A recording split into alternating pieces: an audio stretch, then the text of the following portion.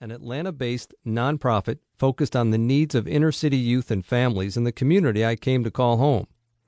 Over time, the mission of FCS expanded into transforming entire urban neighborhoods, and its name was changed to Focused Community Strategies to more accurately describe its work. My commitment to moving people out of poverty then took me farther afield, as I became an active board member of Opportunity Nicaragua and applied the principles learned in the United States urban experience to a developing country.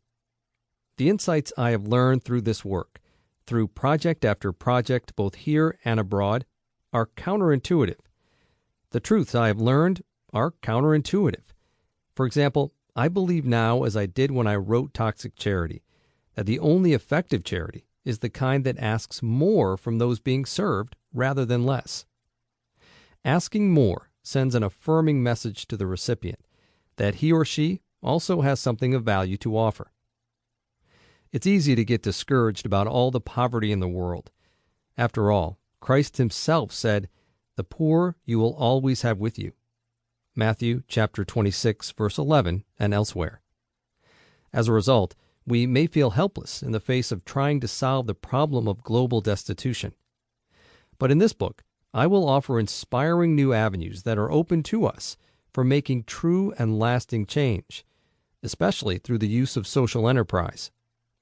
This exciting shift from the traditional dynamic of charitable giving is a powerful weapon in the war against poverty. In other words, I don't have only bad news to tell you. Many dedicated people who work among the poor are just as frustrated as I am with the non-results of our traditional methods.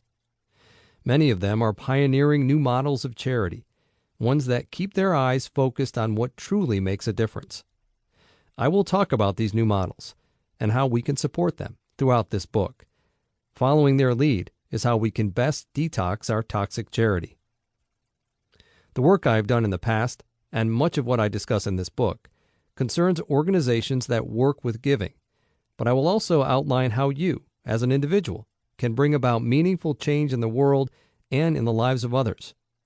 This might take the form of teaching what you know about business to someone who can use this knowledge to better his or her life. Or it may mean being a good neighbor, organizing a crime watch, being active in the PTA, and helping transform your community for everyone who lives there. Or it could be as simple as using the criteria I develop in this book as a guide to what charities and ministries you support financially. All of us, however, need to detox our charities and learn new rules in order for the results to match our ideals. The doctor will kill you now. Is hurtful charity better than no charity at all? The answer is no. Take an honest look at the outcomes of our benevolence, from the soup kitchen in inner-city Atlanta to the entire country of Haiti, and the answer becomes obvious. Despite our most charitable efforts, the world's poor are not emerging from poverty. The poverty gap in the United States is increasing, and across the globe, in those lands where our aid is most concentrated, the poor are getting poorer. I understand how disheartening it can be to discover that one's sincere acts of caring harm the very ones we intend to help. The truth is disturbing, but if the poor are ever to emerge from poverty, we all have to face this truth, regardless of how it makes us feel. As a sobering example of how entrenched wrong thinking can be, and why we need to work so hard in order to change our models, consider the 18th century physician.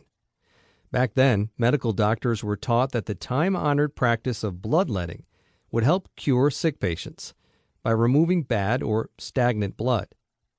Unchallenged for more than 4,000 years, bloodletting was universally accepted as the most effective remedy for almost every disease. Although it seems archaic today, the prevailing theory before the circulatory system was fully understood was that blood could stagnate in the extremities. A buildup of bad blood was thought to cause all manner of maladies. The cure was to purge. And everyone bought in. For eons, ancient cultures like the Mesopotamians and Egyptians, Hippocrates, the father of modern medicine, endorsed bloodletting as an effective treatment, as did Socrates and Plato. The Talmud